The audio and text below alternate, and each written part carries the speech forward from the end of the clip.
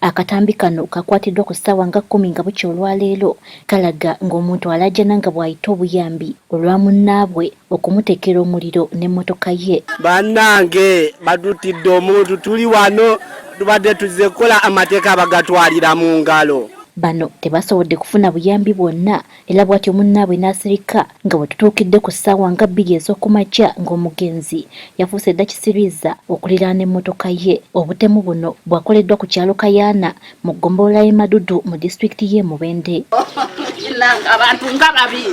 Eddie Nsimbi eyakutte akatambi kano atubuulidde nga bwe babadde bazze okusuubula endagala nga bwe baatuuse mu katawuni kano ne basalawo okwebaka wabula ye ddereeva n'asigala mu mmotoka agikuume. Awansi essaawa nga 9 bamugamba ajja tugende twebake. Abagamba akasigale nga nkuuma emmotoka yange bamanyi okubba baatule. Tugenze owulira ensasa eri gundi abannaffe ababiri ne bajja ne bagamba wayi tugende tulabe emmotoka. Bagenze okutuuka ku mmoloka ng'omusajja bakoze ekyo bamusse bamuteme n'ejjambya bamusudde wansi. Ekyalo kino kirudde nga kitawaanyizibwa ababbi b'ente ng'ono bamuteebereza okuba omubbi. Naleka baateebereza nti oba be babbi abaswa babbi nte kubanga wane waffe nte bazimaze. Omugenzi aludde ng'avuga abasuubuzi b'endagala era nga guno si gwe gubadde omulundi ogusooka okujja mu kitundu kino. Deva atubugidde emyaka 8 atukujja tukola naye. Era tumugamba olusi lwakuba nti nze nabadde Kampala naye ngulu yavuga vuze olusi mu kayika yantusanga tuba twakoze eki tuba twakoledde kuba ye ebitundu byonna abaabimanyi. Ssentebe w'ekyalo avumiridde ekikolwa kino.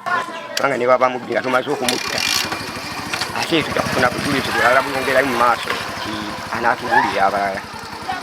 Nakyannaku nnyo kitundu gino emyaka gy'empeereza gino nange okusobola okulaba ekikuba ekifaananga ekyo. Abantu 3 be bakwatiddwa ku butemu buno.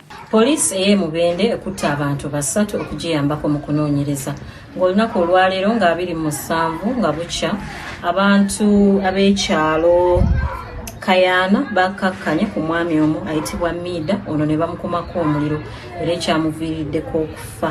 Ebyaddala si bituufu yejjesi ali mukwega talina baziba talina evidence talina kintu kyonna kugamba otya ffe lwaki atandika okusooka mu bantu okutukwasa ebitu byekisiru bino. Omulambo gwatwaliddwa mu ggwanika ly'eddwaliro ekkulu e Mubende okwongera okwekebejjebwa.